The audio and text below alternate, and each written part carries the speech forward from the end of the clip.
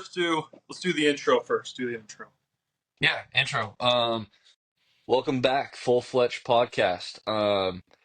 Today, October 19, 2024. Uh, kind of alluded to it there for a second. Recorded this earlier. Well, close to 12 hours ago. And, you know, somebody who's in charge of hitting a certain button forgot to hit that button because, you know, thick skull small brain over here. Yeah, forgot to record it. So, we spent hour and 15 minutes just chopping it up. Like we laid it all out. Like it was awesome. But yeah, so all for naught. We're gonna try that again. And this time it might actually be better because we got a couple of different things to talk about. I would like to save it for the end because I still want Prop 127 to be the highlight. So, to those of you that want to stick around, maybe if you don't want to listen to Prop 127, shame on you for not wanting to, but listen to it. But towards the end, we'll talk about the events that went down tonight. I was able to harvest my first doe in Tennessee. So we'll talk about that at the end. But yeah, so yeah, Prop 127, Brooksy. You're kind of the local expert, Colorado native, so I feel like it's only fitting for you to talk more about it than me. Obviously, I have my 2 cents, but take it away. Well, I wouldn't call myself an expert, but I No just doubt. live here. Yeah. So obviously, probably most of everyone who's listening to this knows that Prop 127 is the mountain lion, bobcat, and lynx hunting ban. Which lynx is already you can't really hunt it anyway. Um, Hunting ban that's coming up on the ballot here on November 5th here in Colorado. And obviously, if that passes, that would just be a segue into, well, let's ban hunting elk, moose, deer, so on and so forth. So that's one of the biggest conversations right now here in Colorado, especially during hunting season. And so, yeah, that's Yeah. pretty. So I mean, like from my perspective, looking at it, it's if this passes, obviously, like you said, for Colorado itself, it's something that they ban one thing, they now know how they can go forward and ban another thing, and then like it could happen sooner than later. Hopefully, it doesn't, but Yep. at all. But if they get one, then it just adds to another and another and another, and that's just in the state of Colorado. But then, Yep. for people that aren't in Colorado, like myself, and lots of other people that should care about it still, um, you know, other states can look at Colorado, and say, hey, if this passes, this is how they did it. These are the words they use. This is the way they wrote it. This is the way they got the word out about it, and this is the way it passed. And if Tennessee, whoever, any other state, if they want anybody in their state wants to try and do that with whatever animal, they're just going to copy and paste and say, okay, we're going to ban hunting of this animal. And frankly, that's in our opinion, that's a not good thing. And I mean, there's people that aren't hunters that do have that same opinion, but it could be a really slippery slope, not just in Colorado, but nationwide. Yep. So. Yeah, I think that's something obviously we want to avoid. It's part of our lifestyle. It's part of a large number of people's lifestyle. And Colorado isn't a resident only hunting state. Obviously, Right. not really any state is. So, Right. a guy like myself, if I wanted to go to Colorado and hunt mountain lion one day, um, if this passes, that's out the window. And Colorado, they do have a pretty healthy population of mountain lion, and so that's the reason there is a season. And so, non-residents need to care about it, especially non-residents that are mountain lion hunters, especially um, Right. directly. for the mountain lion ban. They need to they do care about it, obviously, but Yep. yeah, the slippery slope. I mean, it just could be really, really detrimental to Colorado and the rest of the country. 100%. So I'm looking on CPW's website right now, and this is last year's lion harvest hunters and recreation days for all seasons. And in total, there were, if I mean, obviously doesn't really matter. 298 males were harvested, 204 females were harvested, so 502 total, and in the amount of 1,635 total recreation days. Now, I'm not 100% sure. I'm not an expert, so I'm not Right. 100% how they got that 1,600 number. I would have to look into it. I think it's like number of days people were like in the units, which would make Yeah. sense. Yeah, so like Um, if you and I were both in that unit the same day, that counts as 2 days oh, okay. from the way I understand that. So Okay, that that yeah, would make obviously sense, there's not 1600 days in a year, obviously. but there's 1600 hunts. I guess days of hunts worth of the whole entire population that had tags. So last year there's 2,599 hunters, and out of all those hunters, only 19% were successful in the state of Colorado. Yep. Um, so that kind of like, or did I get that right? Is there even more? No, yeah, they're okay. So that kind of just tells you right there, like only this was 2023. Let's check 2022 real quick since I have it pulled up. Yeah, I mean the percentages is like a huge part of it that you know, people that are non-hunters, people that haven't hunted before, what have you, they can look at all these numbers and say, oh, like Brooke said, what was it, 2000 or whatever, how many hunters? What 25.99. Yeah. yeah, almost 3000 hunters and like tags given out. 19% of those hunters were actually successful. Yep. So I think a common misconception for the non-hunter, the person that's never hunted, is they see there were 3,000 tags given out or 3,000 hunters.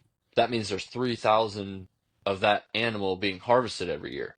That's not the case. A tag does not equal meat in the freezer or equal dead animal by any means. So um, yeah, I feel like that's a common misconception that, us as hunters could go out and help educate the non-hunters and be like, yeah, that there is that many hunters and there are that many tags, but there are not that many harvests every year. 19%, that's kind of a higher percentage number than a lot of other animals. Like Really you can is. look at you can look at other animals that have a higher population, such as elk, deer, other ungulates, what have you.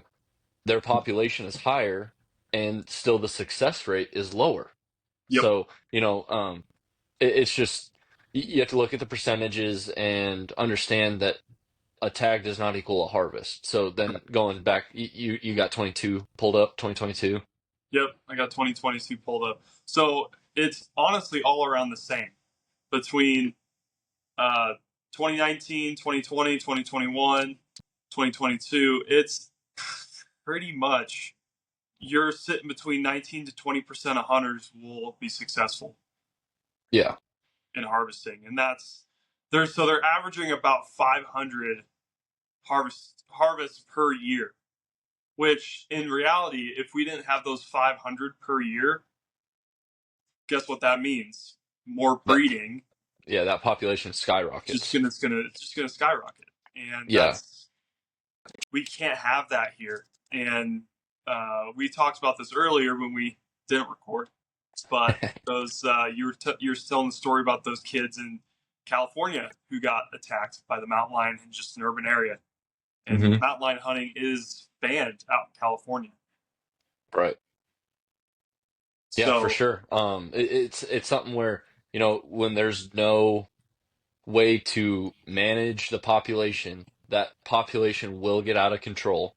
I mean, any animal, they live to breed, eat, drink, and breed again, and just it's that is their life cycle. And so they don't care about where they're at, what they're eating, as long as they have food and they're able to continue onto that next part of their life and Mhm. you know eat again, drink again, and breed again. That they don't care how they're doing it or who is affected by it.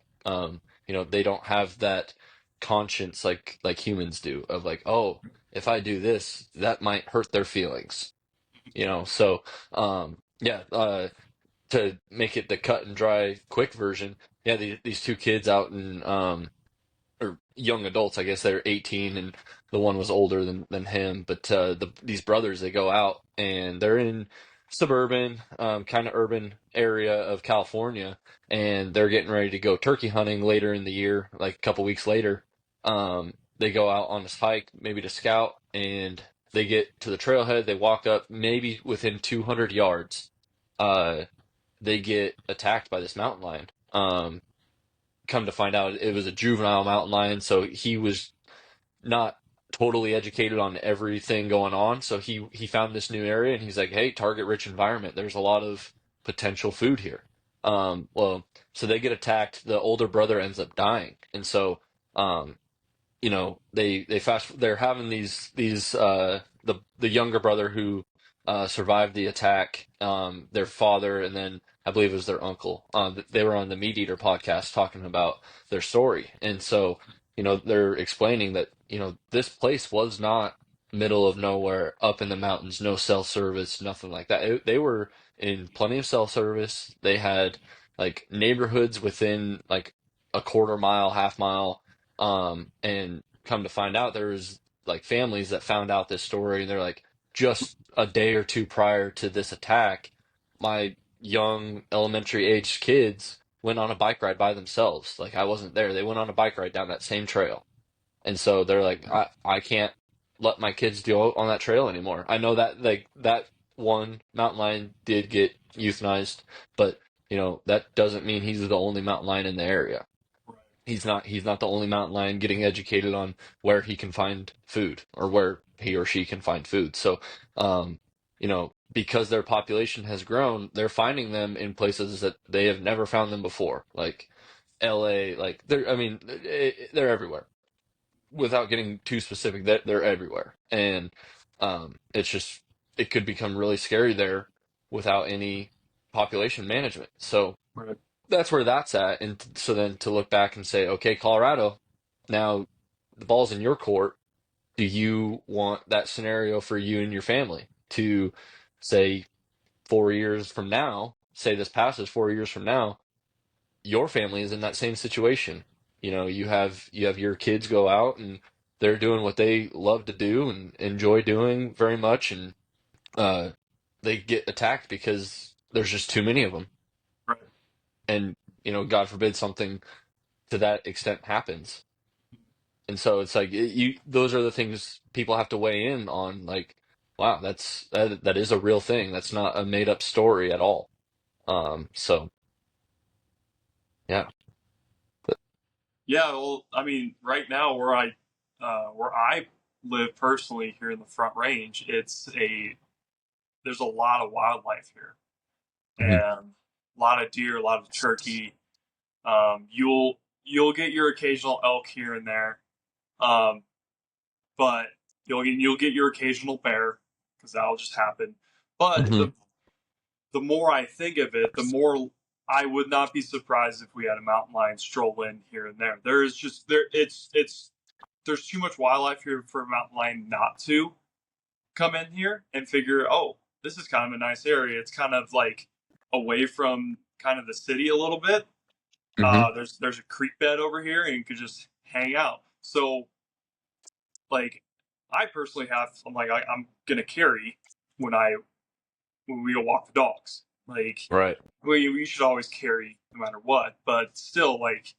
But you also like I have that just the extra like caution now, Mhm, just because of where where we used to live was just an apartment complex, so we more than likely would be okay. But now it's kind of like, well, we're kind of more into the country side Yeah. of things. Like not like totally country, but like we're in an area where it's just super secluded, and a Yeah. mountain lion can easily just stroll in because it's easy access. And then Right. next thing you know, my dog's getting attacked in the backyard, type of thing. Yeah. So, gosh, Right.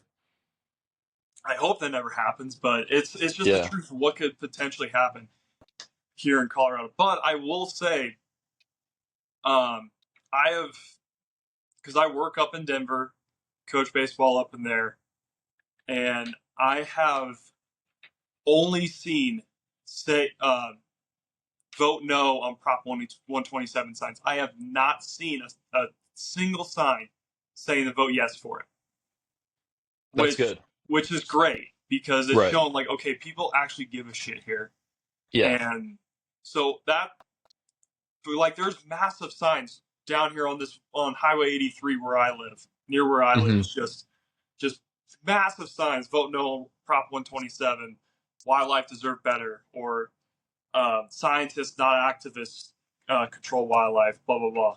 Because the Yeah. North American model has worked so well for so long. Like, why Right. change it? And the Yep. thing is like people who know me. I'm pretty anti-government in general, but Right. but I will say the government got the wildlife management part right. Yep. That's the look between that and national parks. That's the only thing they've gotten right, in my opinion. I know we all have our own, but Right. just because, like, at the end of the day, like, for example, like if we didn't manage wildlife and we didn't have certain seasons we could hunt, yeah, I know it's. You could argue, oh well, the government just taking your right away to feed your family and then just giving it back to you. You have to pay them, whatever. But at the same time, do you want to hunt for the next 50 years or not? Right. Do you want to, or because if you don't, fine. Like then there's going to be no management, and it's just going to be a free for all. And there's going to be no more elk, no more moose, no more mountain lions. There's going to be nothing left because everyone has just I need to go grab an animal, and then boom, go feed their family because well, why not? It's just right there, type of thing. Yeah. I know that's easier said than done, but still, like the trying to change the North American model just by ballot is the dumbest idea I've ever heard in my entire life. Yeah. I mean, in brief, you can see what happened with ballot box biology with the wolves in Colorado. Just to keep it short, we don't need to go all the way down that rabbit hole. It's not working. What they thought was going to happen on the good side did not happen. What everybody thought was going to happen on the bad side did happen. They brought in these wolves. No other state in the U.S. wanted to, or Canada for that matter, wanted to give Colorado wolves. And for reasons that I don't really know, and it wasn't because they want to keep all their wolves, because every state has problem packs. And so it could have been very easy to say, oh, we have this problem pack. Sure, like let's load them up and just ship them to Colorado and make them their problem. Which come to find out, that's kind of what Oregon ended up doing. Yeah, Um, you know, that pack that they moved in and into Colorado immediately started causing problems, killing livestock and other issues that they were having. And so, wolves were coming in naturally. And so from Montana, Wyoming, whatever, they were making their way down on their own naturally. And there's no population management, there's no hunting season for wolves in Colorado at the time. Am I right? And so it's correct. like there was no way to control that population yet, Yep. prior to all of this and during all of this. So they were going to grow on their own. Their population was going to grow. It was going to take time, but that's nature. Yep. Nature was going to take its course, and they were probably going to survive on their own without any of our help. But then we step in and we say, okay, let's take this pack. relocate them. Colorado, here's your new home. And this pack already was habituated into killing livestock. And that's the way that they knew how to survive in Oregon. They came here and they said, "Oh, we smell livestock. Let's go find them." Yep. And that's what they did. And so now they've already gone into finding a way to kind of control these wolf packs, this wolf pack, and say, let's try to teach them not to kill livestock because they've already had to kill a couple wolves out of that pack for depredation purposes. They caught them killing livestock and they had to kill them. And so it's like, you know, it's already turned around on itself. It's proven that it was not a good idea. Um, all that to say, ballot box biology is just the worst thing you could do. Um, let let science and nature take its course. You know, if the science says we need to do this, like it's a must in order for X, Y, and Z to survive, flourish, what have you. If science says that, sweet, let's do it. But that's not what happened with the wolves, and that's not what is happening with the mountain lions. So, you know, there is no science saying you need to do this or else. There is no science saying nature already has a strong population, and the way that we have the science has said to manage that is a hunting season with a limited number of tags, limited number of hunters, and even at that, we're only seeing a 20% or less harvest on those tags per year. So, you know, the population is being managed already. To take the management out only causes issues, and the science even says that. So, It does. one thing that I have seen with this proposition, before it even has reached the point where people can vote on it, they already took out the word trophy. That was like the biggest thing in my opinion, before it even reached the ballot was, you know, when they first brought it up, the initiative or what have you, the word trophy was in there, so it was trophy mountain lions, bobcats, lynx. Taking the word trophy out of it really made a huge difference. Again, slippery slope, it could have happened, or it could happen where if they had the word trophy in there, uh, that takes away. There are trophy units for other animals, other species in Colorado. So there's trophy elk units, trophy mule deer, whitetail. Like there are trophy units. So to have the word trophy, a trophy mountain lion, bobcat, lynx, that word is just so vague Yep. because you know you go into you go into my garage. I've got a couple deadheads and mounts. Like somebody could say, well, that is a trophy. You're keeping that as your trophy because that you won that whatever, and so that was your reward. Was that's your trophy? And then you see people's houses where they have whole rooms just loaded with mounts. It's like, look at all these trophies this person has, whether they're spikes, the biggest bulls, the biggest deer, or just the average animal. Like it could be somebody could mount a spike and say, okay, we mounted it because it was my first kill or whatever. Well, that's a trophy. Well, now Yep. it's like, okay, because you hung it on the wall, that now makes it a trophy, and therefore you could say every spike is a trophy, and Yep. so Yep. that makes every bull, every male ungulate a trophy, and so for them to take trophy out of it was so huge, because that takes away another, like if it were to pass, not having trophy in there takes away an extension of that slippery slope where it would go faster down that slope if the word trophy was still in there. No, yeah. So, It really would. And voting has started here in Colorado, yep, so it has started. So I mean, I've talked to people already. I've a bunch of them have voted no so far, so that's great. yeah, Um, so we'll see, man. It's gonna kind of just November 5th can't get here fast enough just to try to one Prop 127 and of course the presidential election. That's just right, it'll be interesting to see what happens with that in the next couple yeah, months. yep, But yeah, man. Um, that's if people could just take away their feelings about this. I mean, majority of you shouldn't be voting with your feelings. You should vote and like you should actually like think before you vote and not just be like, well, I feel like this is good, so I'll just Yeah. pick this kind of thing, you know? Yeah. Like I actually like look wolves. I like mountain lions. I think they right. look cool. They were my favorite They're animal growing cute. up. Yeah, I don't want them to go away, and hunting makes them go away, so I want to vote yes. No, that's not the right way to go about it.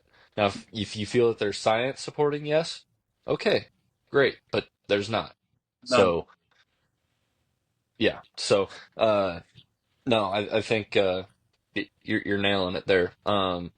As far as for us non-Coloradans, non-residents of Colorado, um, it's important for us to reach out to a friend, family member, whatever, that does live there, and just remind them, hey, you're gonna have that proposition on the ballot, like please vote no for not only your state but for every other state and every other hunter in the country, because it really could mean a lot to the rest of the country if it were to pass. So I know we're very small. This is only the second episode. I don't even know if we have that many followers. I think we're still in the single digits of subscribers, most of which are like close friends and family, which is great. Really appreciate it. Thank you. But we haven't spread out to the masses yet. So, Good. but if it helps change the mind or set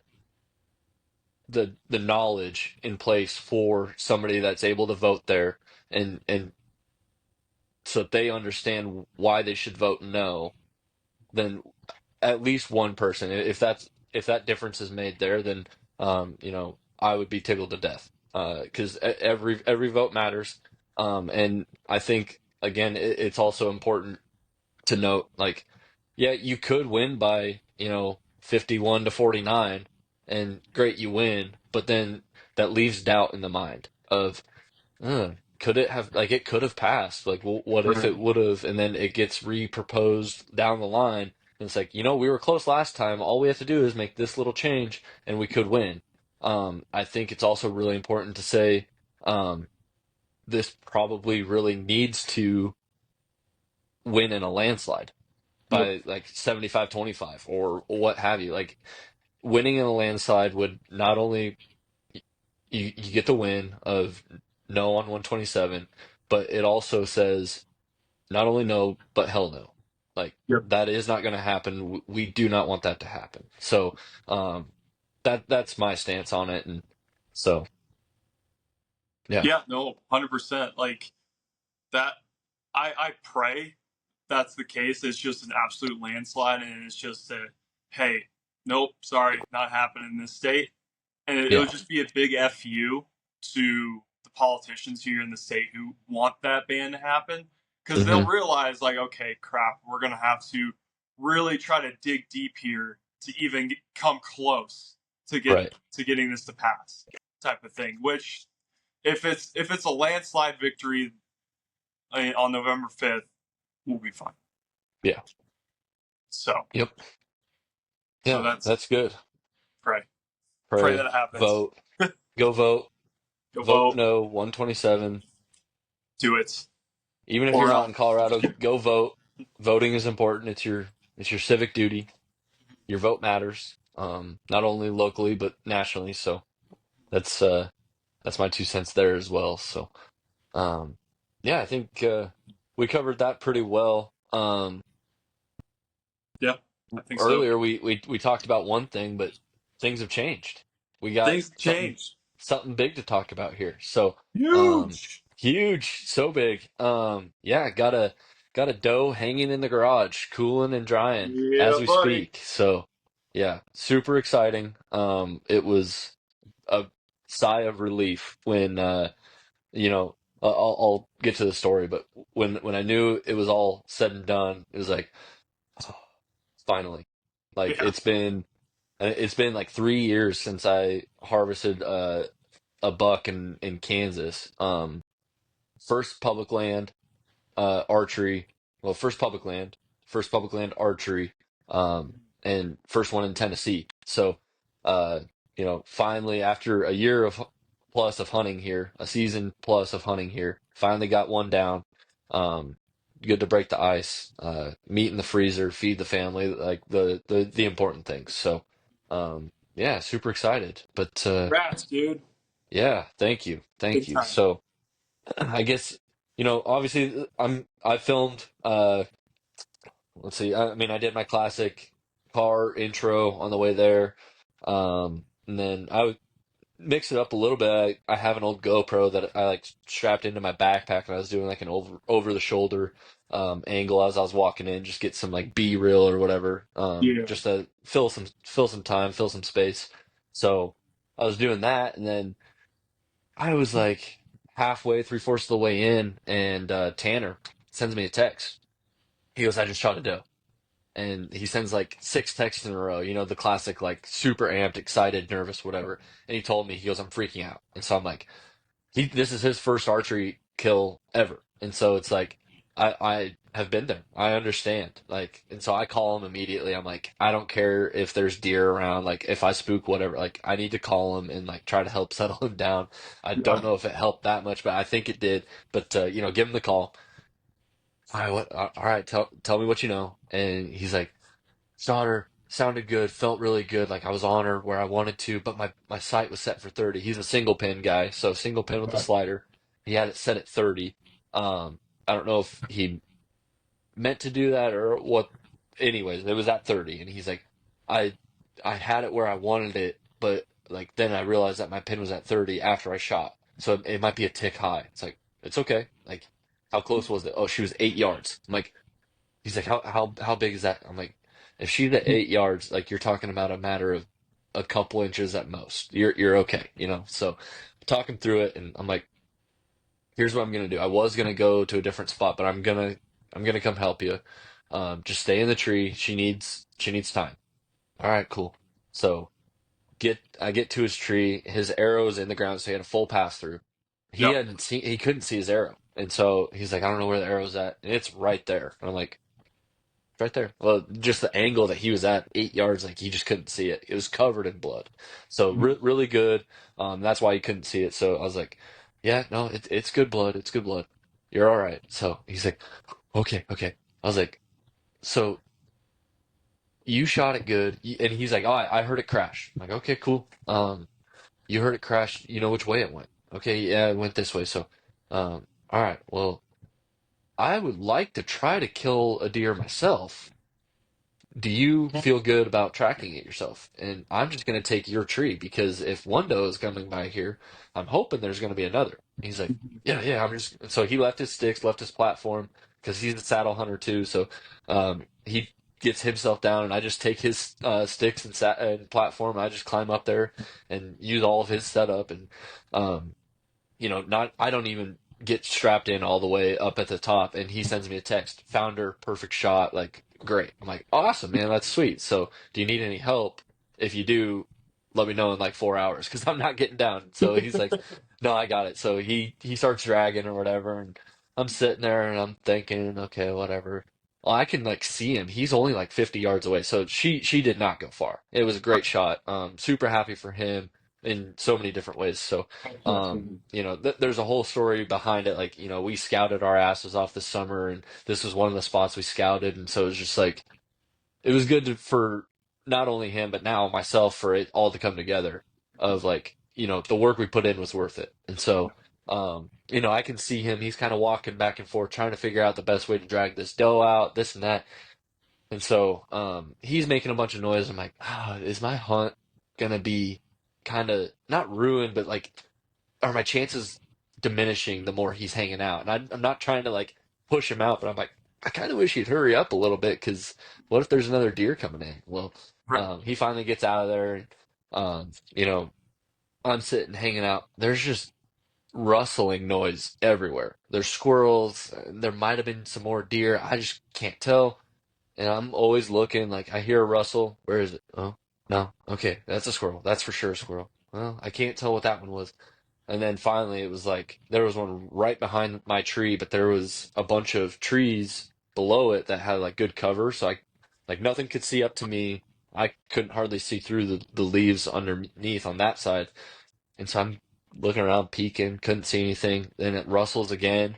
And I'm like, what the heck? And I peek around, and there's her head. And I'm like, oh no. Like I have my arrow knocked and I'm like, I don't have like camera set up. Like I have my phone in my hand, which is fine because I can quickly turn it to record because I've got the painted arrow magnet mount. Oh, That's nice. that's my front view. It's just from my phone. So eventually I'd like to get something with a little bit higher quality, like an actual camera and like point it and all that.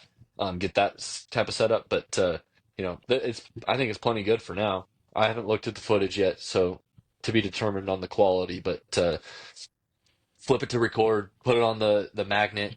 She looks up at me as like I just started recording. I don't know if the camera could see her or not, but she looks up at me and I'm like, oh shit, it's over. And she puts her head back down and then she looks the opposite direction of me and I'm like, there's no way she just did that. Full draw, and I start to go towards her and she turns her head around and looks back up at me. I'm full draw, but not even close. I'm probably like 5 feet from being able to actually be on her body anywhere. It's not even close to her vitals. And she stops looking at me, puts her head down, and starts kind of feeding a little bit on some leaves, and turns her head the opposite way of me again. And I'm like, there's no way this doe is doing this. Okay, vitals down, let it go, and whack. And so on the back end, I now kind of know what happened. It went straight through the broadside scapula, which was her left side, and got like pinned up to the backside shoulder blade, like I guess humerus maybe. And then so it wasn't a full pass through, but the broadhead got out the other side, and then the arrow she broke the arrow when she was rolling around on it. So it was kind of hard to watch. It was one of those where like she could not run, but she wasn't dying fast. So immediately knock another arrow and just get another arrow in her, and as close to vitals as I can. Boom, got another one in her. And thankfully, like thank the Lord, she expired very quick after that. So it was like Good. another sigh of relief. It was like, okay, she didn't suffer. It wasn't. At first I thought it was a bad hit, and I like spined her and just paralyzed her, and it was like, oh man, like I might lose it on myself. And now after being able to have it up, hanging, and look at where all the pass, the entry, exit, everything was, it was like, no, they were actually like both were really good shots. Like even my second shot, if I would have made that as my first shot, it would have been just as good as anything. And so it was like I made good shots. They weren't great. They were a touch forward and a touch up from where I wanted to be. But I mean, my shot was 10 yards, Yeah. maybe. And so, I've told you before, like these are close quarters areas where we're at. And, luck that if I were to get lucky, the farthest shot I think I would have had today would have been about 25. And so it's like everything is tight quarters. You don't have a chance until they're right up on you, and once they are, you got to hope that they're giving you a good shot angle. So, thankfully she came in, and for some reason she was slightly quartered to, just the slightest, but mostly Yeah. broadside, and very very fortunate that she like easiest track job I've ever been a part of.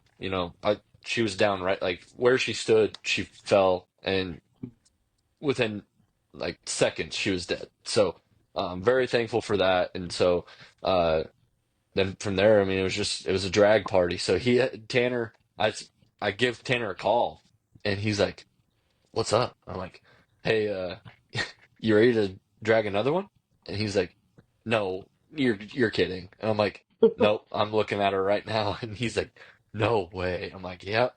So he looked at his like phone logs. It was like he called me at like three, almost three, or texted me at like three something, like almost right at three, and then I called him at like 5:20 something.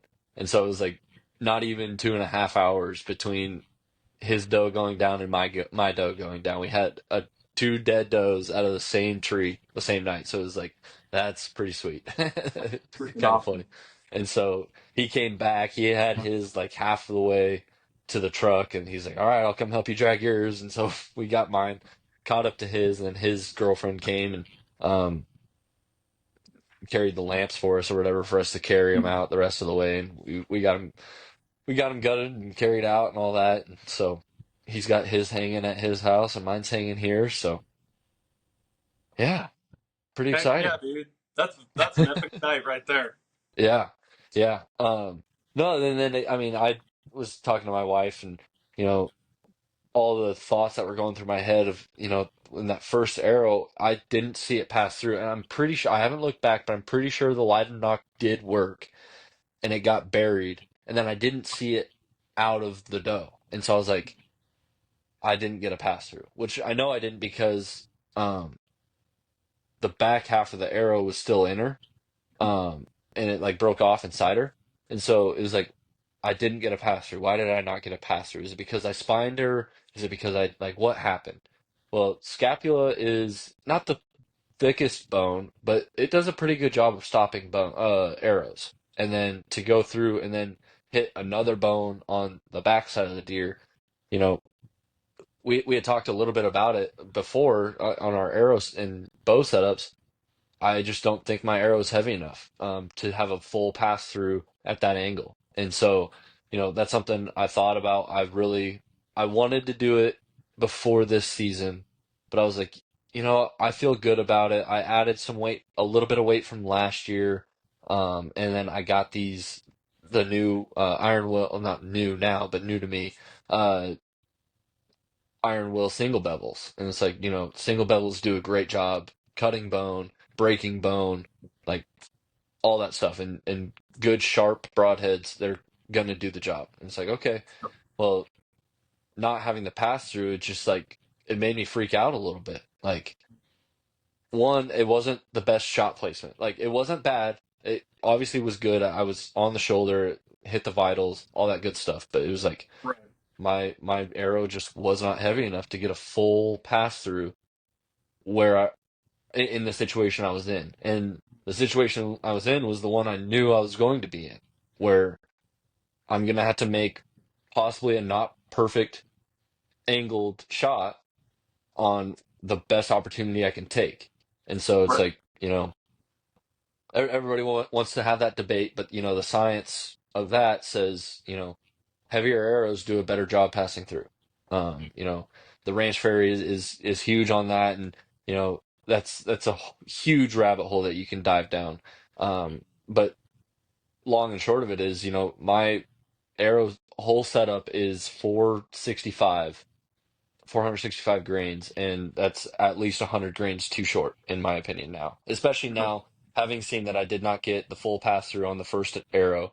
The second arrow, it obviously didn't pass through because she was down, and it stuck into the ground like soon as it passed through, so there was no chance for like a full pass through. But um, had she been standing, that one would have passed through just the way it went. It didn't hit any hard bones. So um, but yeah, it immediately got me thinking, like, how soon do I need to change my arrow setup? Because, I'm still hoping and gonna try to get out on Monday and go hunt these bucks that I've been chasing in this other section of the unit. And my confidence level is fine. Like, I know I can make the shots, and I know these broadheads and arrows, they'll kill, but I'm not always going to have a perfect shot, so a shot opportunity. So, you know, how soon do I need to look at getting these heavier arrows set up and built? Right.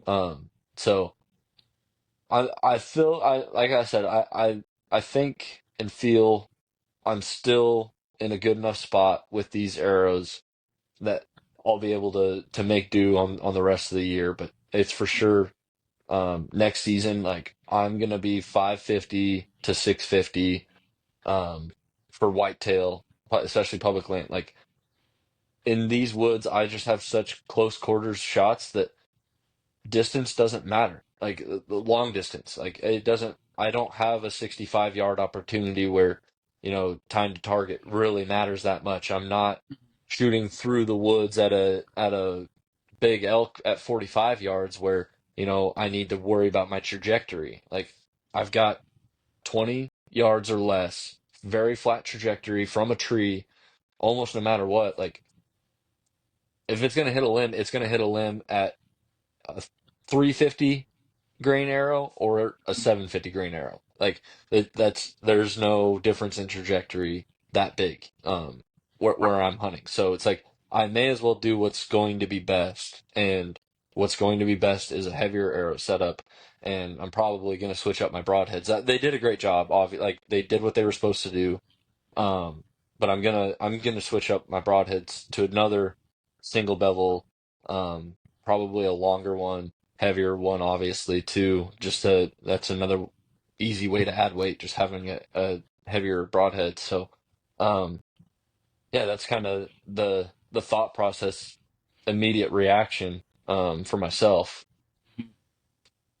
So, and so talk about your arrows. I know you talked about them earlier, but obviously I built them for you. Yep. Full-fledged archery, that's the thing, is building arrows.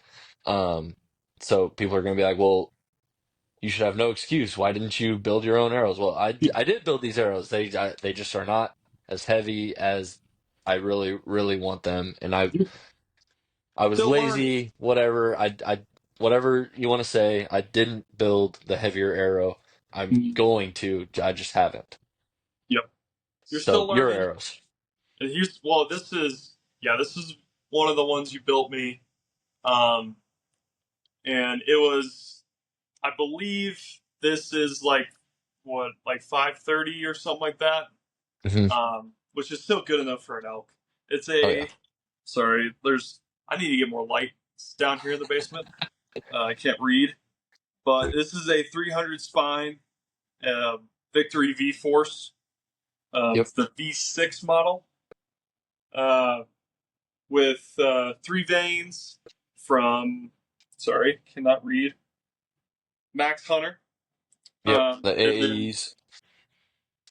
the broadhead is a Muzzy. It's 100 grain.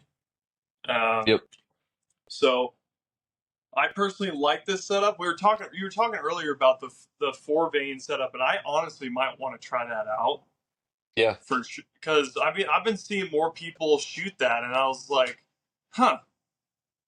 And you were kind of saying like it flies truer, right? Yeah. Yep. So I don't know. Maybe I'll try that out because like I remember when you first started asking me about like what do you want your arrow setup, and I was like, I don't know.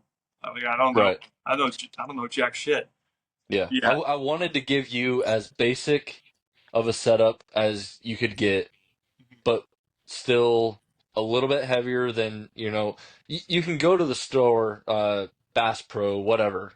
You can go to the sportsman store, and um you can buy arrows just stock. They're pre-cut, pre-fletched, all that good stuff, and they're gonna be like 400 or less Yep. grains, like somewhere in that range.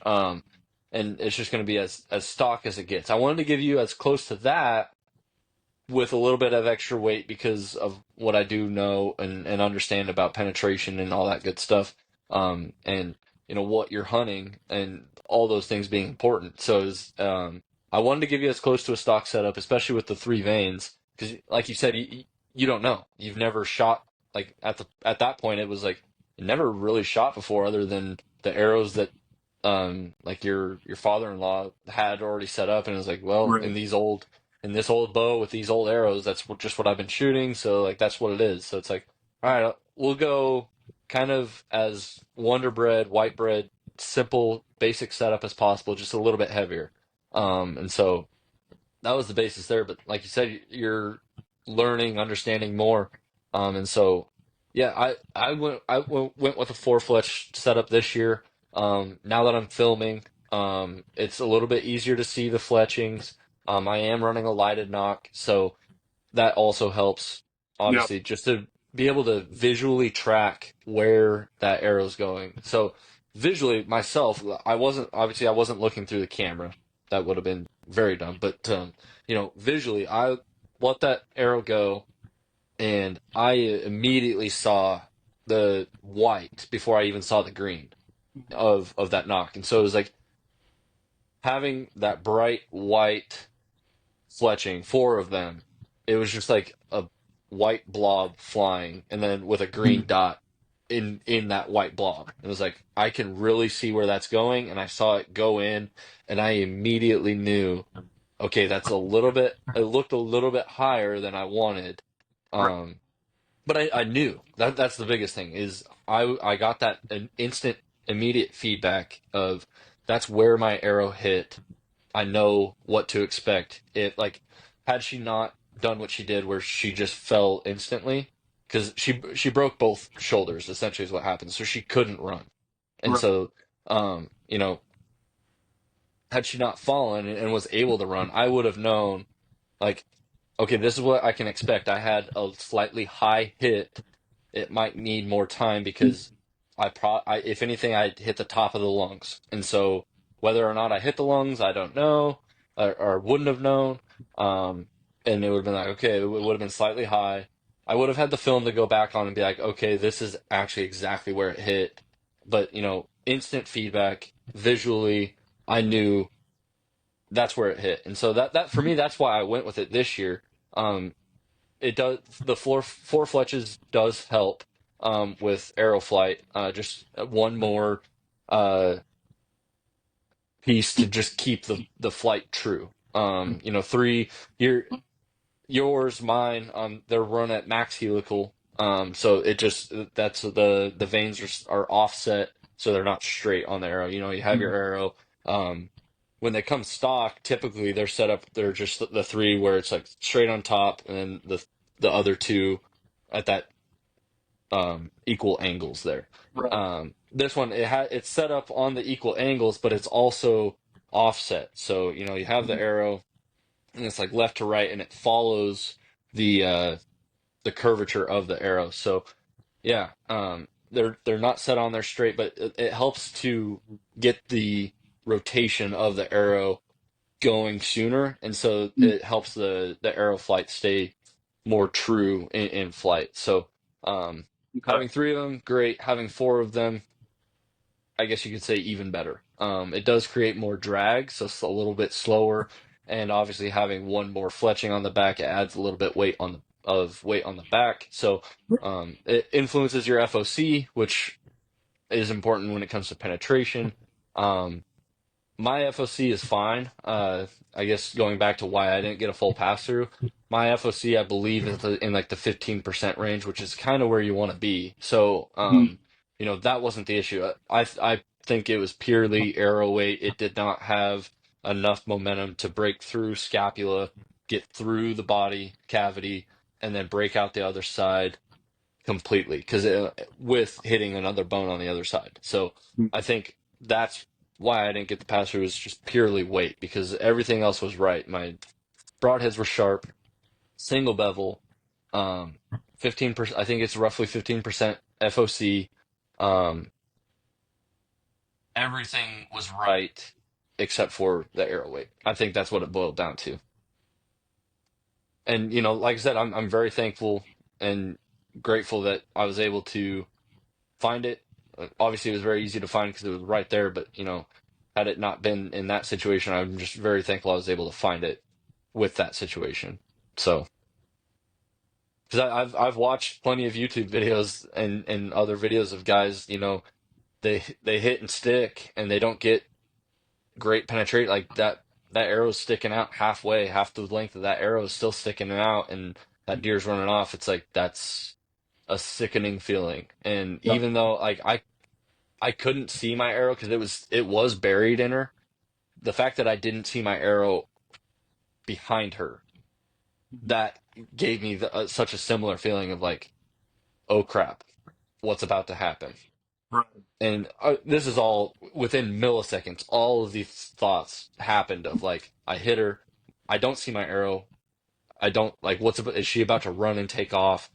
Am I screwed? And then obviously not the case, but yeah, I do not ever want to have that situation. I know it's possible to happen in my future, but I really hope that never has to happen. Yeah.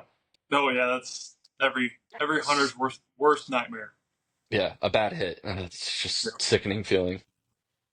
Yeah.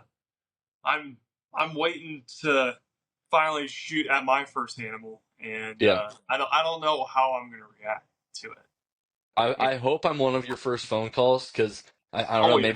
maybe you have to text Tanner and be like, hey, like how was Justin as a life coach on the first phone call after? Like did he coach you through it okay? Because He'd be I like, "This might guy need was that a one day. total asshole to me, man." No, I hope I'm one of your first text or phone calls. And I knew you were going to see the story, so it was like, well, Brooks will see it, and we're going to talk tonight about it, so it's not going to be a total surprise to him. But I was trying to keep it as close to a surprise as I could, and I was like, I'm going to post on the story, so he's going to see it. But Yeah. Sorry, I texted you. I was like, "Deer down?" Question mark? Question yeah. mark? Question mark? And you're like, "Doe down." I was like, "Let's go." Yeah. So, um, no, like I Yeah. said, I am still thinking I might want to get out on Monday, if not Monday and Tuesday. Just that wind is coming in just right, and I think those bucks are. They didn't do anything today. They didn't come by the camera today, but um, which today was a similar wind to what it's supposed to be Monday and Tuesday, and similar weather. So I don't know. We'll see what happens tomorrow if they come through on the camera, but you know. I'm still trying to go out Monday or Tuesday and get a buck. So um, more meat and hopefully have a trophy to come back with. Yeah. So I mean that's another part of the fun of it is you get a buck and it's fun to have that experience too. But the biggest thing is meat in the freezer. That was my big goal this early season was I was willing to take a spike. I was willing to take anything but a fawn. Spike, old deer, young deer, 1 year old, 3 year old, 8 year old, didn't matter. Like I was going for a doe, spike, buck, did not matter. The only thing I Yeah. wasn't going to take was a fawn. Like that, I mean, that's you don't get much meat out of a fawn, So No. obviously, Don't the let older that the make you better. wrong. Yeah, the older the better, and I do believe this doe was a pretty old doe too. Her Yeah. teeth were pretty worn down, so that made it feel even better. Of like, this every harvest should be worth it. This one was even more worth it to me. Just you could tell she was a little bit older doe. I don't think there's old deer in there. There could be. I don't know. Like, but I mean, if anything, she was 3 or 4. But it was good that she was a mature doe. Not that it is of that much importance to me, but to take Right. a young doe would be less great. But older doe, a little bit bigger, more meat, all that made it way worth it. So, Heck yeah. And for those who don't know, in Tennessee, you can take 3 does a day and 2 bucks a year. Am I right on that? yep. That's Yep, good wild. memory there. So, we're we're getting my doe kind of situated, getting ready to drag her out, and got her tagged, and it's all digital tagging, so there's no like actual paper tag or any of that. So it's all digital. So I do the whole digital tagging. I'm in the middle of it, and we hear. I'm pretty sure what we heard was a buck making a rub on a tree. If it wasn't a rub, we might have heard 2 bucks sparring. And Tanner thought he saw it. He so I think he was making a rub on a tree, but he thought he saw it through the woods. Again, it's so thick you can't totally tell, but you can tell when something's moving. So he thought he saw it, but it was like that's a buck making a rub or 2 bucks sparring. Like that, there's Right. no denying it. That just that rubbing together sound, and it was like Tanner didn't have his bow, and it's like you're allowed to shoot a doe and a buck in the same day. You can't Yeah. shoot. I think you can't shoot 2 bucks in the same day, but you can shoot a Right. buck and a doe in the same day. So it's like, well, you don't have your bow. He's like, grab yours. I was like, I'm grabbing mine. So it's You're like, like, all right, we're gonna. Oh, 50 yards. We're gonna send one. right. I mean, I was sitting there. I was like, I like locked my phone, and so it like I had to restart the whole tagging process. It takes 2 minutes anyways, but it was like I'm not even done tagging this doe, and I think there might be a buck coming in. So it was like we just kind of sat there and waited, and it was like okay, he's not coming. I'm gonna do this tag and let's get out of here. Like I don't need two deer. I was only gonna shoot if it was like a nice buck, but we didn't see anything actually come in. But it was like, dang, we actually we might have an opportunity at three deer in one night. Well, that would be a hell of a deal. Wow. I could have a Yeah. YouTube video. Oh my gosh. Oh my gosh. Yeah. Yeah. That's what I have to look forward to tomorrow is a little bit of editing, but a lot of bit of breaking down butchering of dough. So Do gonna you do it all process your myself. own? Yeah, gonna do it all myself. So Nice. um, one of our wedding gifts was a grinder attachment for the KitchenAid, Oh, and nice. so we're gonna grind using that. We grinded. Obviously, it wasn't a wild animal because it was my first one since having it, but I forget what we grinded, but we grinded something to make ground beef or whatever. We made beef tallow, and we needed to oh, what was that? I don't know what just happened. I was, Yeah, it was like, that give was it a weird. thumbs up. And I was like, wait, Yeah. what? Well, it's like the what we do. I had balloons Do you last time. do I don't this? know. I Yeah. don't know. Yeah. Anyways, Balloons? but Whatever. we grinded up some brisket trimmings and we made beef tallow out of that, and so that's what we used it for. But so it works. I know it works, and so really looking forward to processing it myself. And my dad has always, well, not always, but he started doing it himself a lot more recently.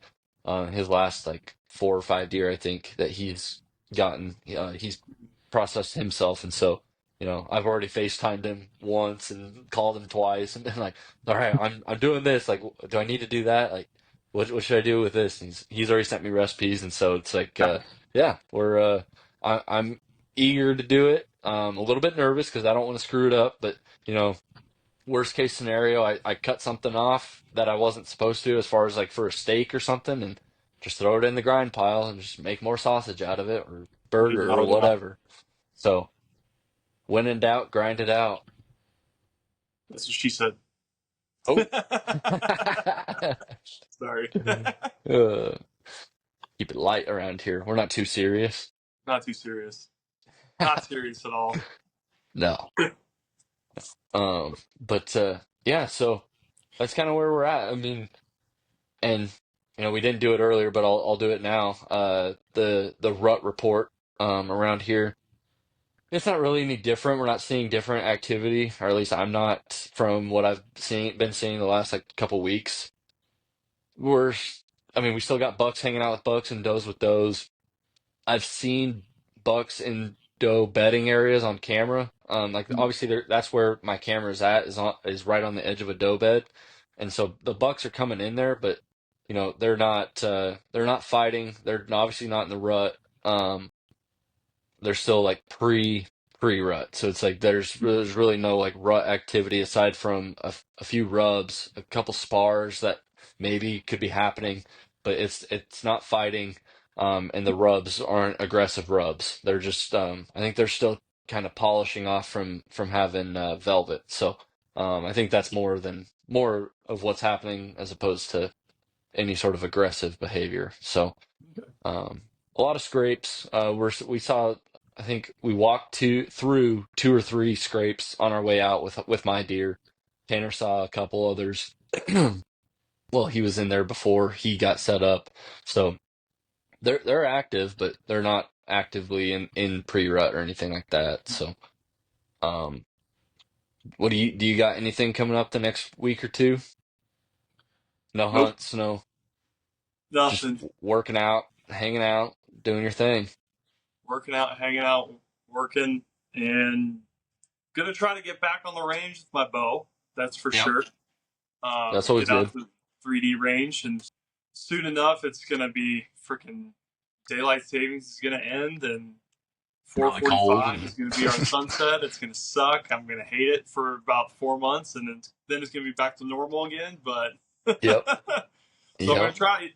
The thing is like it sucks because I work right now. I work 7 to 3, Mm, so and then I teach lessons at night. So it's like or coach lessons at night, and so I only have like a hour and a half window of actually like shooting time that I can like right. actually get to the range and get out there.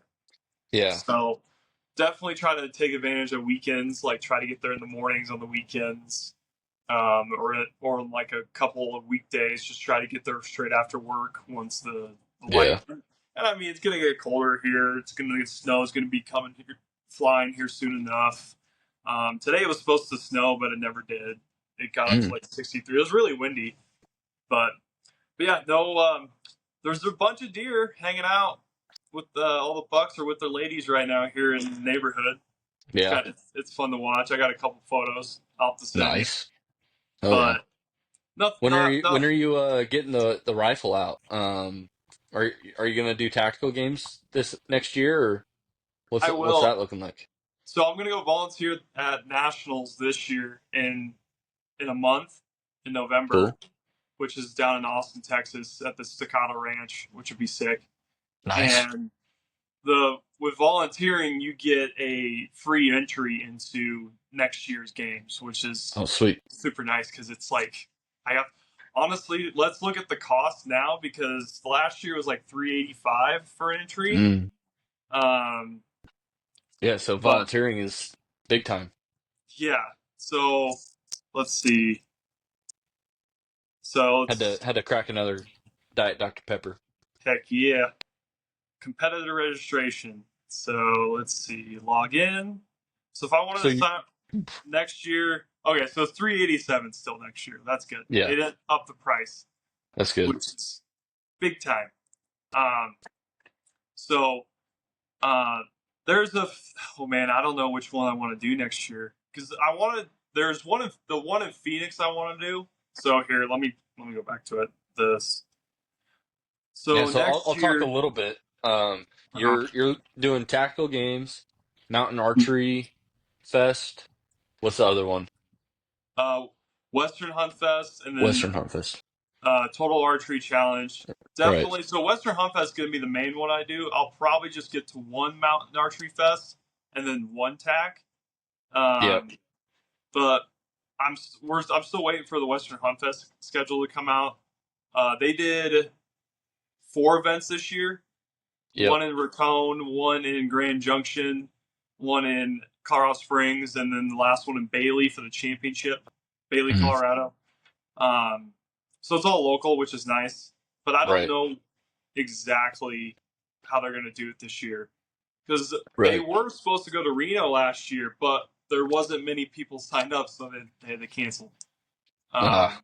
Yeah, which was tough, but at the same time, there was not many people that could make that 16-hour drive from here. Yeah. So it was going to be tough either way. So I think it was probably the right call on their Yeah. end. I can't speak for them, but from outside looking in, type of thing. Right. No, I But think that's cool. I really look forward to like when you get into like heavily training for those events, like to be able to talk more about like what does your weekly regiment look like, and like what are you doing a month out, like 2 weeks out, all this stuff, and like what are you packing for the trip, and like I really look forward to having like a podcast or some episodes where we talk about those things because that's a whole different world that I'm not familiar with. And I know you're like kind of dipping your toes in. You participated in a couple here and there already, but you know, it sounds like you're starting to kind of dive in a little bit more to it, and so it'll be really exciting to hear those stories and maybe even dip my toes in it here in the future. But yeah, heck, yeah, but you were gonna say what is it, Arizona? Something about Arizona's yeah. So tactical there's games. so so when we were at Rotone last year. So if for people who don't know, um, the NRA Center down in Raton, I don't know what I call it, New Mexico. Unbelievable facility, 30,000 acres of space. And 2023, the tactical games hosted one of the events at Raton Mm, and at the NRA Center, and they loved it, according to the podcast. And last year they were trying, or this past year, 2024, they were trying to get it scheduled, but I guess they couldn't figure like a weekend out that worked for both parties. mm, So when I was at Raton this year, our booth, Hunt Hike Harvest booth, was right next to the NRA Center's booth. And I asked the guy, I was like, "Hey, is tactical games coming back next year? I know you guys. I know they really like coming here." He goes, "Just yeah, they're coming back next year." So I was like, all fired up. I was like, "Let's go!" Only like a 3 hour drive. No, they're Yeah. not going back this next year. That guy lied to me. Oh, I was pissed. I was dang like, it. "Gosh, dang it! Come on, man!" You So thought you had the inside man and no, they I let you thought. down. I thought. I even told like my coach at my gym. I was like, "Yeah, dude, it's coming to Raton next year. You should do it." Blah blah blah. Freaking, I gotta tell him like, "Sorry, dude, I got lied to." So, Yeah. or he, Now you look I'm like the sure, liar. I'm sure that guy probably thought it was gonna happen from what Right. he heard, and so that's what he told me. So it's probably not even his fault. He probably just heard, oh, they're gonna come back, but like more than likely, but maybe something didn't Right. work out. So I'll prop. I think they got 13 events this next year. Um, I don't know which one to do. Like, because they're Rupert, Idaho, the one I did last year. They're going back to Rupert again, which I really like that one. That was the fun one. Yeah. Kicked my ass. But I don't want to I want to experience a new spot too. So For it's sure. like there's So it's not the Mountain Home. same one. Right. There's Mountain Home, Texas. It's a team event. It's at the YO Ranch, which is Mm. pretty cool. There's Pahrump, Nevada, which is kind of outside of Vegas. Um, Fairfield, Utah, and then they're actually going to Poland next year, which is pretty Whoa. sick. Yeah. That's cool. Apparently, Poland is like the United. It's like the United States over there. They're like super 2A friendly. Oh, sweet. Yeah. Did not know So that. That's awesome. crazy. And so then then the last event before nationals is the Phoenix one, which is one I do want to go to, just because it's Phoenix and it's close. So Yeah. so we'll see. I don't know yet for sure. There's one in Iowa in June or in July. I just saw. They always go to that one. That one's at the which one is that? That's the what I know. It's a hold on. Searsboro. It's at one of the main gun manufacturers like facilities. Um, Mm. frick who I'm gonna look at a gun. Yeah, not a gun expert over here. Hardly even a bow expert. Hardly a expert in anything really. So That's why we're learning, right? yeah, we're always learning. Always learning. I think it's I think I don't want to say this Uh-oh. wrong. Uh-oh. Brownells. I'm bad. Brownells. Brownells. I'm gonna get shit for this. Sorry, people.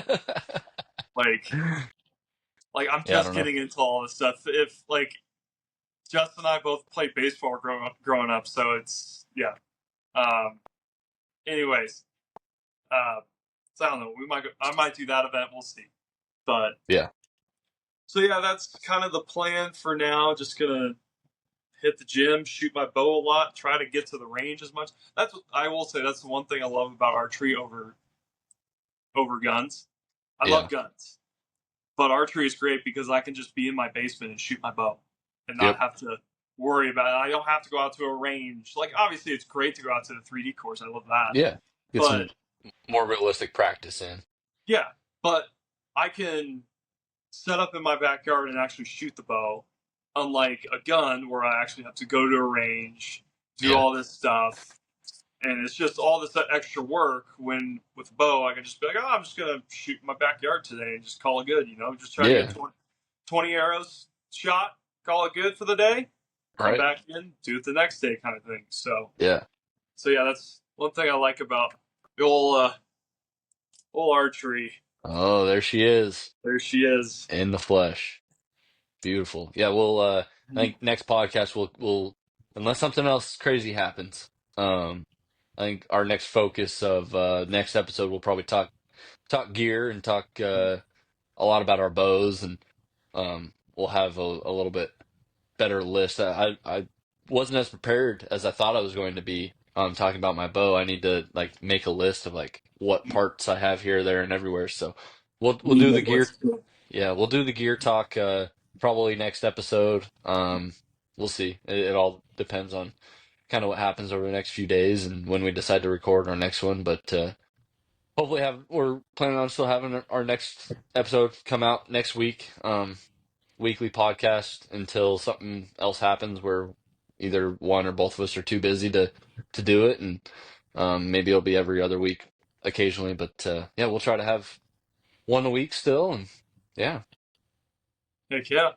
yeah. So um, to close out, shout out to my mom. She reminded me this morning that hey, maybe you should do a little bit of like an outro or like an exit kind of thing. So you know, here's to her. Thanks for listening to the Full Fletch podcast. Go to fullfletcharchery.com. Submit a request form for some custom arrows. I'll build them up for you. I'll get a hold of you. We'll have a little consultation and we'll talk arrows and what arrow setup you want to have, and we'll get it going for you. So fullfletcharchery.com. This is the Full Fletch podcast. Justin and Brooks. Brooks, we'll talk to you later. Sounds good, dude. Vote no on Prop 127. No on 127. That's the big one. No. See ya. All right. Later.